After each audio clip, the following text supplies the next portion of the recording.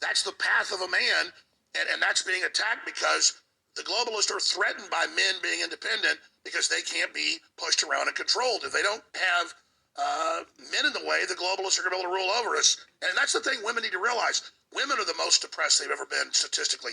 Women are the most alone they've ever been. They're the most unhappy, and it's because they're being taught to reject the biology of who and what we are. Absolutely. Strong men make women happy. I get called a misogynist all the time for telling men to have standards. Men with standards and principle and capability and competence make women happy. The number one way to improve female mental health is to make men better men. And the reason they don't want men to be strong and have any kind of control over their relationships or their households is very simple.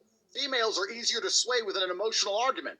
If you have a bunch of households which are run by women and the woman is in charge, and then the woman is going to sit and watch an emotional argument, propaganda, which is all that the MSM use. They can't use logical arguments, so they use emotional ones. Put the mask on for grandma.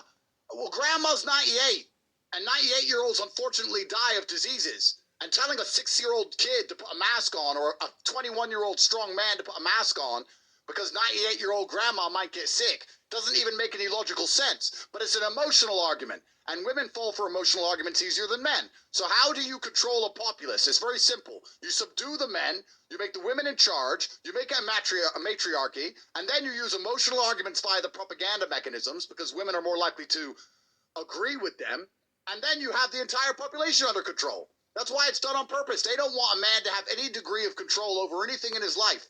Even his own house. You can't be the king of your own household anymore.